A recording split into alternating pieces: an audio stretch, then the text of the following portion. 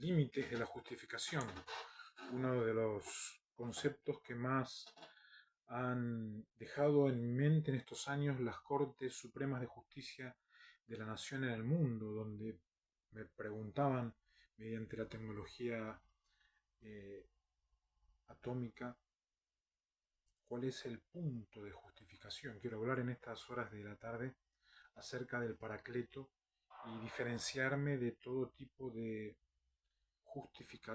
de justificación de lo que es injustificable, ya que la justicia de los nacidos, que fue trasladada al nombre nación, es alguien bien nacido, no encuentra mucho lugar para poder justificar aquello que no se puede justificar. Encontramos en la revelación, en la inspiración, momentos cúlmines de el desarrollo de todo lo que ha sucedido. Encontramos la palabra paracleto, que es una de las palabras más maravillosas que tiene la teología. Es un término griego que, dada la riqueza del significado, se traduce en el castellano y en el español de diferentes maneras. Consolador, valedor, defensor, abogado, intercesor, consejero.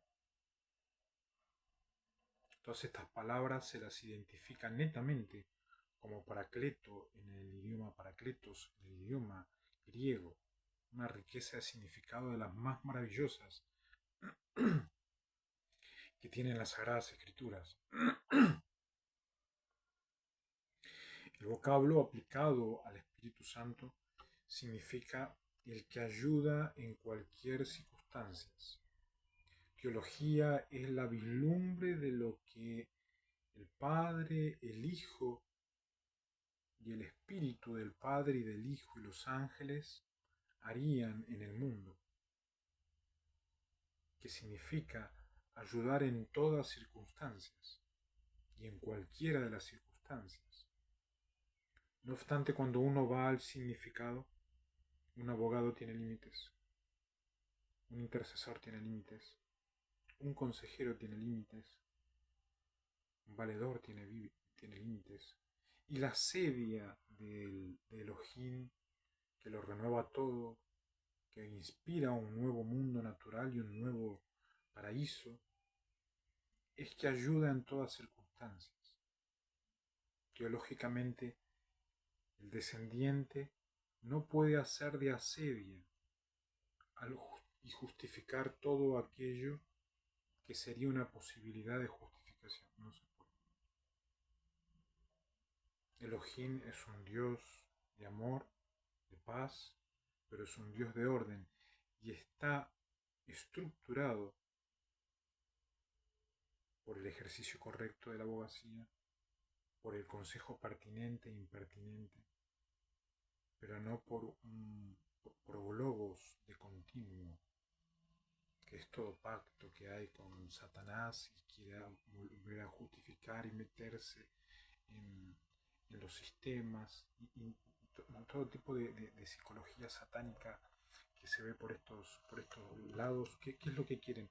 Quieren estafar Paracleto, quieren estafar al que ayuda en cualquier circunstancia. No es posible. Tanto en la eclesía como en los tribunales de justicia, que tienen formato de eclesía, no es posible tener abusadores de Paracleto. Tiene un doble papel, tanto en el seno de la comunidad, en el seno de la eclesía, la comunidad, el artículo agrega como algo social más grande, pero se refiere al seno de la eclesía, mantiene vivo el mensaje del Mesías y lo interpreta, según Juan, el capítulo 14 y el versículo 26. Paracleto es el rey, el príncipe, el Espíritu Santo es el príncipe de la hermenéutica, que no depende del vínculo, tiene o no tiene hermana. Tu hermano nació en N, el primero que perdió Raúl nació en Nena. Alguien puede tomar el papel de hermano o hermana. No depende del Espíritu Santo, el Paracleto no depende de los vínculos. Interpreta.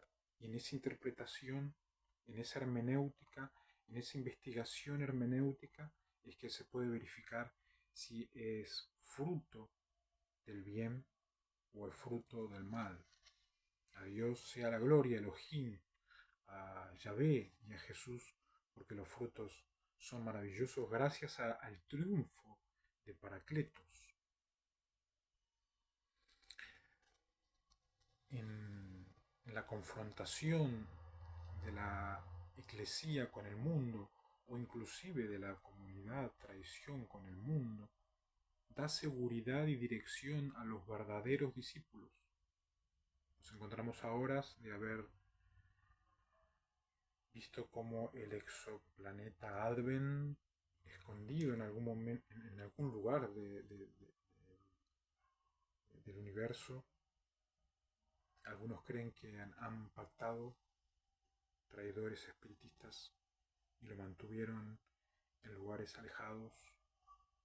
Esperaban un momento para poder justificar todo lo que habían hecho a nivel Paracletos. Otros geofísicos creen que se escondió un planeta que se movía a nivel escondite y apareció a querer continuar, y finalmente el cielo, que se destapó como infinito, pudo encontrarlos, y a horas donde ya el exoadvent deja de existir en el cosmos, no pudieron confrontarse con el mundo, quisieron continuar como habían condenado otros mundos, no pudieron dar seguridad a la eclesía, quisieron usar y abusar de la eclesía, descartar a la eclesía, no pudieron dar dirección a los discípulos. Felicito a todos aquellos que han ingresado a la facultad de teología no queriendo ser espiritistas. Felicito a todos los que no quieren pertenecer a las alas del asistimiento atómico, sino que quieren ser paracletos, quieren ser carne de Cristo Jesús. Aquellos que saben de que no lo son, sepan estar a un costado y ser la vislumbre del ser humano, entendiendo que no podemos interpretar o llegar a ser discípulos si no encontramos algún ser humano que crea y se convenza del ejercicio del Paracleto. Juan, el capítulo 14, el versículo 16, afirma que el Espíritu será otro consolador, ya que mientras Jesús estaba con los suyos les enseñaba y protegía, según Juan, el capítulo 17 y el versículo 12. A partir de ahora el Espíritu será su consolador permanente. Ya no solo estará con ellos, sino en ellos. Dice el artículo muy interesante. Juan llama al Paracleto el Espíritu de la verdad, porque Él es verdad y la comunica. Han hecho un doble ejercicio los contravencionales, pero han encontrado demasiados que utilizaban los diques de trampolín para robar el Espíritu Santo desde el cielo. Insto una vez más no volver a intentarlo. Insto a todos aquellos que están disfrutando de la providencia a seguir creyendo en el Dios creador, y a partir de allí gozar de la alegría de saber de que hay un Dios que da una oportunidad a través de la naturaleza, y esa naturaleza es lo que mantendría unidos con otros que no buscan justificación con respecto a hechos que no tienen absoluta relación con el desarrollo de lo natural. El Consolador es una realidad dinámica y personal, cuya actividad se extiende en el tiempo. No habla de sí mismo, sino que hace recordar y discernir lo que Jesús ha dicho, haciendo que lo suyo comprendan y penetre en todo lo que ha enseñado, haciéndolo presente. Qué interesante. He conocido a muchísimos que repetían versículos, algo increíble, como en mi experiencia el año 2010 recibí la peor cirugía que haya podido tener un teólogo. Dormía en mi cama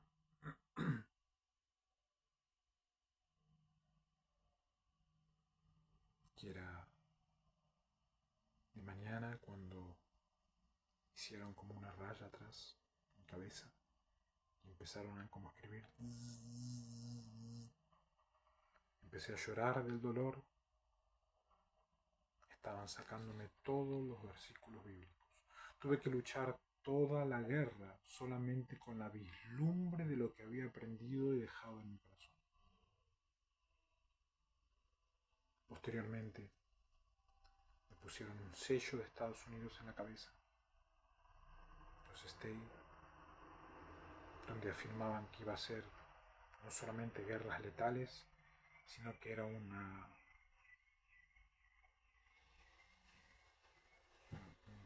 manera mafial de querer quedarse con la pertenencia humana de uno. Han pasado muchos años, muchas guerras de por medio, ya no lo volvieron a hacer durante más de 10 años, donde fueron dejando esas señales, más de 5 años, donde ya no tienen vigencia esos logos en mi cabeza, ya que solo le pertenece a Jesús la autoridad de poder apoyarnos al texto para poder discernir la verdad y comprender la verdad sin tener que justificar lo que no es justificable. A Dios sea la gloria por el discernimiento que he podido tener con muchísima efectividad en lo que concierne a casos judiciales principalmente y al desarrollo de la investigación teológica, que significa hay teología pura, pero resulta ser que encontramos un montón de enemigos a lo largo de las Sagradas Escrituras que son enemigos de teología y hubo que enfrentarlos y de esa manera dejar a un costado la teología y enfrentar al satanismo que se impregnó en las Sagradas Escrituras. Encontramos cada vez un universo más limpio, más sano, más puro. Esos son los frutos a los cuales se refiere Isaías. Los papeles que el Mesías le atribuyen siguen la línea profética.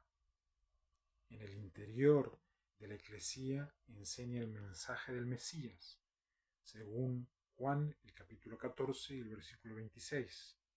¿Cómo poder verificar si aquel que recuerda, discierne y entiende y comprende la verdad es verdadero? Le atribuye al Mesías la línea profética, algo que empezó Jesús, y aquel que empezó la buena obra la terminará en su momento, y empieza a terminar esa buena obra que hizo Jesús, pero empieza a dar un fruto, y ese fruto es en el cual debemos intentar dominar, ya que nos encontramos con un mundo que produce de 3 a 5 veces más de lo que se producía desde el año 2000 para atrás. En lo que respecta a la misión, da testimonio de Jesús, según Juan el capítulo 15 y el versículo 26, y convence al mundo de pecado y de maldad, según Juan el capítulo 16 y el versículo 8, que es el propósito del por qué hubo el juicio. Hubo que demostrar a este último planeta que quedan algunas señales todavía. Hubo que demostrar a ese exoplaneta que desarrollaba teología a los mormones, y teología a los testigos de Jehová, y teología perfecta a los Advent, y teología, pero no sentían la teología, no segregan teología, no generan teología. Se los busca haciendo videos, no se los encuentra haciendo videos. Hubo que convencer de justicia, de pecado y de maldad, y demostrar al mundo si es posible tener ciertos administradores en materia teológica e interpretar todas las circunstancias para los discípulos, según Juan el capítulo 16, el versículo 13, dirigiéndolos en su labor.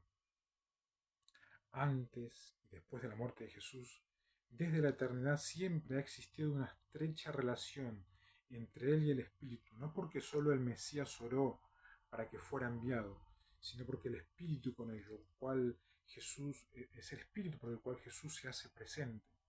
En la sedia vemos la naturaleza de Elohim, no solamente cuando amanece, sino cuando hay una lluvia equilibrada, cuando hay un árbol que se mece, cuando hay una temperatura perfecta, como por ejemplo en estos momentos, en estos lugares, vemos que el Espíritu de Jesús se hace presente, pero disminuye. Fueron muchos años, fueron más de 1989 años.